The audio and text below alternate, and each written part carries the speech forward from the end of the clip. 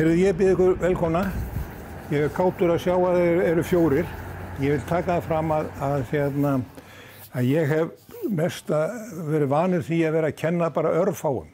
Vanalega þegar ég var að kenna sem mest í Balkanlöndunum að þá var þetta hjá fyrirtækjum og þá voru það 1 eða 2 starfsmenn sem voru og þetta voru þægilegt sko. Þá hafði maður mjög náið tengsl við menn. Þannig að það sem við erum að fara að gera hérna í dag, það skiptir dálítið máli að ná tengslum og menn skilji hvað við erum að gera og þetta vill oft vera eða það er stærri hópur að þá detta menn dálítið út úr og ná ekki að fylgjast með. En námskeiðið sem þið fóruð í gegnum, það fjallaði þetta tvennt. Það er annars vegar Gerðafellið, viðskiptaflokkun á timbri og svo staðalinn Insta 142 frá 2009 sem styrkflokkun á timbri og það er það sem við ætlum að gera hér í dag. Við ætlum að fara í gegnum það hvernig förum við að því að styrkflokka timbur. Það er raun og veru það sem við ætlum að fara í gegnum í dag. Þannig að ég mun svona byrja á því í að skýra út af hvernig staðallinn gengur og hvernig við nýtum hann til þess að flokka timbrið. Ég ætla strax að taka þið fram án þess að áður en einhver misskilningu verði, en þegar við erum að flokka timbur hér á landi í burðarþol, þá erum við oftast eða yfirleitt alltaf að tala flokkana T1 og T2. Í þann tíma sem ég hef verið hérna, þá hef ég aldrei þurft að flokka timbur í T3. Ég hef einu sinni lenti því að flokka timbur sem var að fara í límtrisframleiðslu. Það var þegar við gerðum göngubrúna yfir Þjórsá. Þá þurftum við að flokka timbur í það. En það er eina skipti sem við þurftum að gera. Þannig að í þessu námskeiði þá mun ég ekki leggja áherslu á annað heldur en að þessa flokka T1 og T2. Við erum með punkt hérna sem við munum nota á eftir til þess að útisflokka og það er merkt C24 sem er sama og T2. Og ég hef ekki hugmyndum af hvernig þetta punkt lítur út. Það getur alveg verið að það líti bara mjög vel út. Það sé fáir kvistir og fáir gallar í því og við verðum mjög fljótir að fara í gegnum þetta. En aðalatriðið er að ég get sýnt ykkur á punktinu hvernig við metum efnið sem við erum með þarna. Nú, ef við byrjum á því að skoða þennan staðal, sem sagt styrkflokkunina, þetta er það sem er prentað út. Þannig að, já, sko, í meginatriðum þá er þetta þannig að þetta blað er skipt upp í vissa þætti og fyrsti þátturinn er það að það er að fjalla hvað erum við að flokka.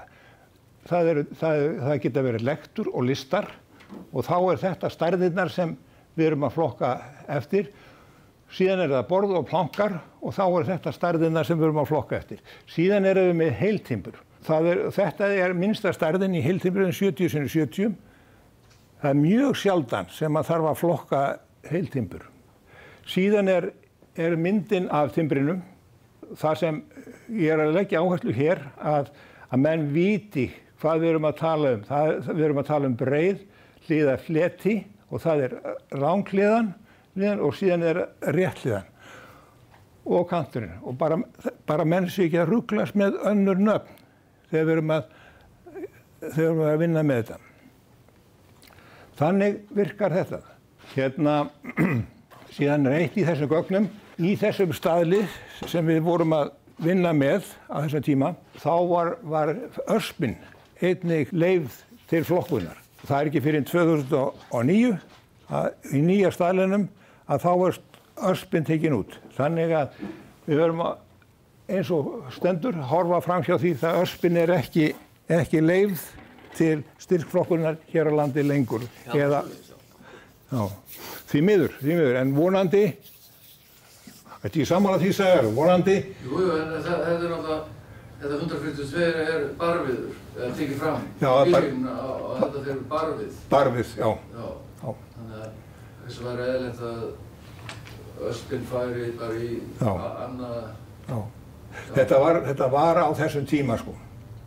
Já, öspin hefur aðra eiginleika heldur en hversu barviður. Já, en samt, sko, var öspin í styrkflokkun á Norðurlöndum fram til 2009 var með sömu kröfur eins og Bartrið, sko. En stóðstu þá ekki kröfurnar ef þú hver ástæða fyrir honum tekin út? Ég get sagt þér það, sko, að ég sat í þessum hóp sem var að vinna að þessari staðalagerð þarna og við sem við vorum tveir, það var Jón Sigurjónsson heitir hann, frá Rannsóknastofnun byggingarinnar þá, að við vildum að öspin væri áfram inni, en hin Norðurlöndin þau sögðu það öspin ekkert notuð í burðarvið lengur á Norðurlöndum. Þess vegna viljum við bara taka þetta út. Það erum við ekki að flækja máli. En svo aftur að gerast núna að þá er orðin trend eða áhugi fyrir því að öspin fari að koma inn aftur. Og það nokkuð sem við ætlum að fara að vinna með. Jæja, en ef við höldum áfram með þetta sá hluti sem þurfa að vera klárir á, hvaða stærðir að efnum, því að þessar stærðir sem við erum að tala hérna, það eru mismunandi töflur sem við notum til þess að flokka eftir. Nú, síðan þegar við förum hérna neðar í þessum, að þá komum við í þessar þættir sem eru ýmsar víðar einkennum og efnisgöllum, en svo kannski eitt sem við þurfum að horfa á, það hérna stærðarfrávikin. Það nokkuð sem skiptir máli. Við þurfum að vita hver frávikin mega vera í efninu sem við erum að vinna með, samkvæmt staðlinum. Annars vegar erum við að tala stærðarflokk 1 og stærðarflokk 2. Stærðarflokkur 2, það efni sem búið að hefla. Stærðarflokkur 1, það efni sem sagað. Og þess vegna þessi stærðarfrávik sem þið sjáið, það annars vegar í 1, þá það +3 eða -1 millimetr og svo það í stærðarflokki 2, þá það plus og mínus 1 millimetr sem við tölum þar. Þetta nokkuð sem við þurfum að vita og vera meðvitaðir þegar við erum með þetta efni sem við erum að skoða hérna eftir, þannig í búntinu, það heflað efni. Nú, síðan koma þessar efnisgallarnir og annað sem því, og það allt saman nokkuð sem þið það væntanlega lesið í gegnum og kunnið utan af. En eitt af þessu sem við þurfum að hafa í huga að það árhringjabreyttirnar, hvernig við mælum það, og það kemur þarna skýrt fram að við mælum ákveðna lengd, sem sagt 25 mm, og síðan teljum við árhringina og deilum í þessar 25 mm og þá fáum við út hvað árhringjabreyttin og það það sem málið snýst um. Og staðlinn hann gerir ákveðna kröfur það hvað árhringir mega vera breiðir í efni. Þeir sjáu það eftir. Nú síðan líka trefjarskekkjan. Við þurfum að geta mælt það og trefjarskekkja í efni skipti máli upp á burð og það kemur fram í staðlinnum alveg nákvæmlega hvernig það Síðan það vannkanturinn. Í staðlinum eru ákveðna kröfur það hvað vannkanturinn má vera mikill. Þarna það sýnt hvernig við mælum það. Þetta þetta sem við þurfum að hafa í huga. Síðan komum við í þessar sem formbreytingarnar og þá erum við með þessar 3 formbreytingar. Annars vegar það flatbeygjan, síðan kantbeygjan og síðan það vindingurinn. Og þarna fjallað það vonandi að nógu skýrt þannig að menn skilji hvernig við reiknum þetta út. Í sjálfur sér í venjulegu efni eins og þegar þið farið að saga eða annað slíkt eða að fá efni, þá þetta nokkuð sem sjaldnast maður að lenda í vandræði með. Formbreytingar verður maður ekki varfið fyrir en það mikið að þannvið í efninu eða eitthvað slíkt. Það þegar við förum að þurrka efni mikið þá fer þetta ofta af stað sko.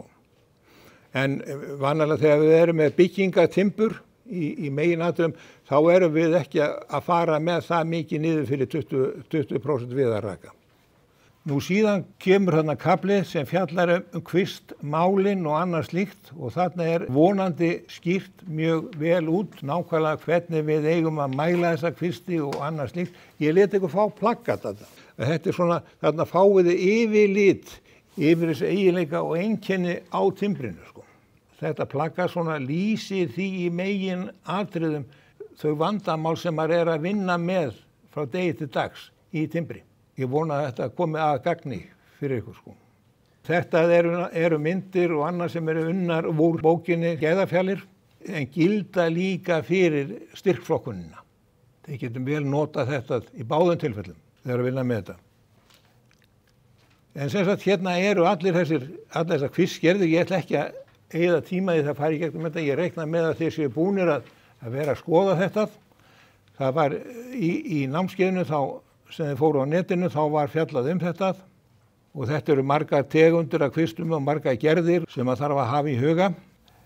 Síðan kemur hérna í þessu blaði hér, þar eru þessar töflur. Þar sem verið að sýna stærðin á kvistum sem á vera í mismunandi efnisstærðum og annað slíkt. En, já, svo þetta annað. Síðan það þannig að það eins og ég var að segja við ykkur hérna í byrjun að við erum að vinna með styrkflokkana T1 og T2 og ég átti samtal við einn gúróinn í Svíþjóð, Tómas Ívarsson heitir hann og þá sagði hann mér það að hann væri búinn að útbúa lista sem hann notaði orðið í dag í sambandi við kennslu. Og eins og hann undirstrikaði við mig á sama hátt eins og ég undirstrikað við ykkur að við erum mest að tala T1 og T2.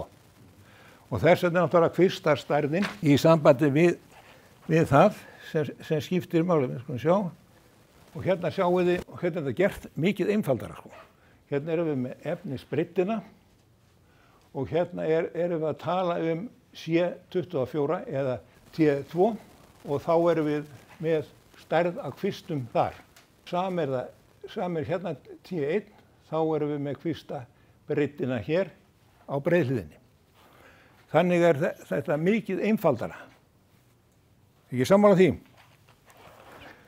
Síðan kemur neðri hlutin á þessari töflu og þar verið að tala kantkvistina og þá sjáum við stærðin á kantkvistunum miðað við styrkleika á efninu. Það verið að selja mynd C18 í byggingavöruverslunum. Já. Maður mætti ekki, maður þurfti alltaf þá að krafa nota C18 má nota það í sperrur. Já, já. En C14. Sko C18 er sem við tölum með T1, sko. C18 myndi flokkast líka sem T1. Einmitt.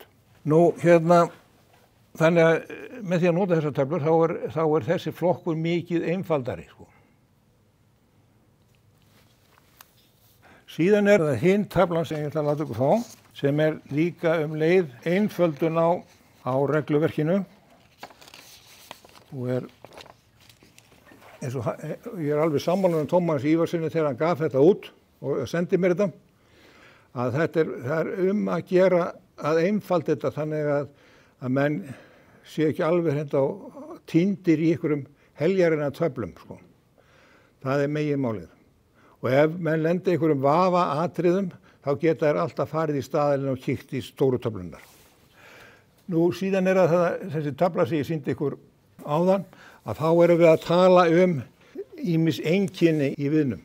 Og þarna þetta dregið saman á einfaldan hátt. Og þarna skrifað sko T1 sama og C14, sko. Jo, T1 þá upp að C24. Já, þá getur sagt það, sko. Já, lágmarkið 14 og... Það kemur líka C18, sko. Og það sami, fer í sama T1. En þannig á eftir, þegar við förum á stað með að skoða búntinn, þá skulum við nota þessa töflu. ekki spurning. Þessa töflu skulum við nota og ekki vera að þvælast í stóru töflunum. Sérstaklega á eftir þegar við förum hérna ráðumst á punktinn og byrjum að reyna að meta hvernig við líta út og annað slíkt, þá notum við þessa töflu og merkjum inn hvaða flokk þetta myndi tilheyra og síðan mun ég spyrja ykkur út í það hvað veldur þessari og þessari flokkun. Þannig gerum við það á eftir. Já, þetta eru myndir sem eru teknar upp í Þjórsárdal og þar sem við vorum að saga efni sem var notað í göngubrúna yfir Þjórsá.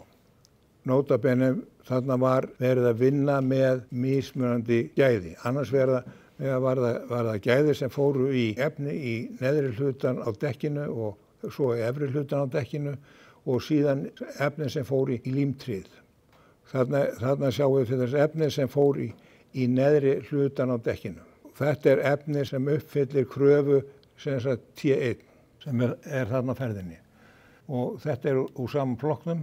Vísi eru þarna gallar sem var tekið út svo aftur seinna. Þetta eru stæðurnar sem voru þarna. Síðan komum við núna yfir í efni sem var notað í límtrið. Þarna erum við komin í efni sem var sagt T2. Og eins og við sjáum þarna erum við að tala allt annað efni. Og með því að sýna ykkur þetta tvennt, það gefur ykkur dálítið góðar hugmyndir hvað erum við að tala þegar við erum að tala T1 eða T2. Þegar þið farið að vinna með staðalinn og hugmyndafræðina sem í honum þá áttu ykkur mjög fljótlega á þessum hlutum. Hver er munurinn þarna? Og ég endurstrika það enn á einu sinni. Við erum mest að tala T1 og T2. Ef við erum að fara yfir í T3, þá það orðið timbur sem er orðið þó nokkuð betra heldur þetta efni sem við sjáum hér. Yfirleitt það þetta timbur sem við erum með þéttleika sem er í lagi fyrir T1, fyrir T2. Það er auðvelt að nota líka heimasíðuna timbur.is, það síða sem ég hef sett upp. Þar inni er heilmikill svona fróðleikur til þess flokkun á timbru og annað sem því gildir. Og mikið fjallað trépróf sem Sævar og ég og Hlynur þekkjum mjög vel.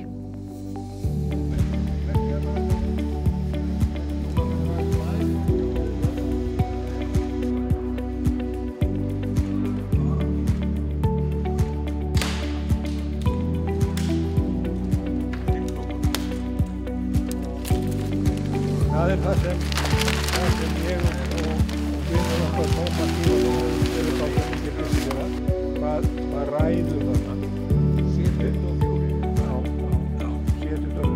Það er alltaf þessi spurning eins og til þess kvistir sem við bláendan, þeir teljast með.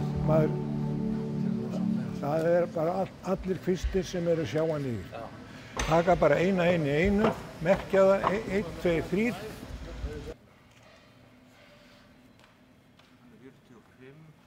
Smá vindingur.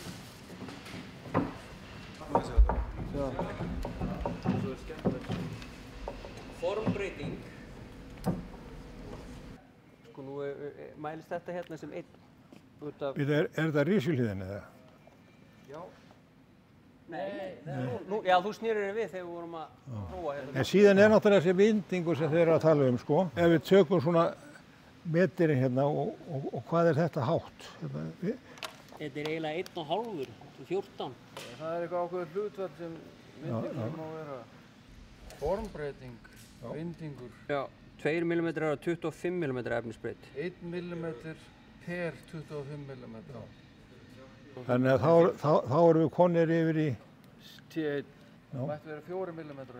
Hvað er það mikið? Þetta er 5, þú veist hérna sem sagt, 1,5. En þessi fyrir T1 út af vinding? Út af vinding?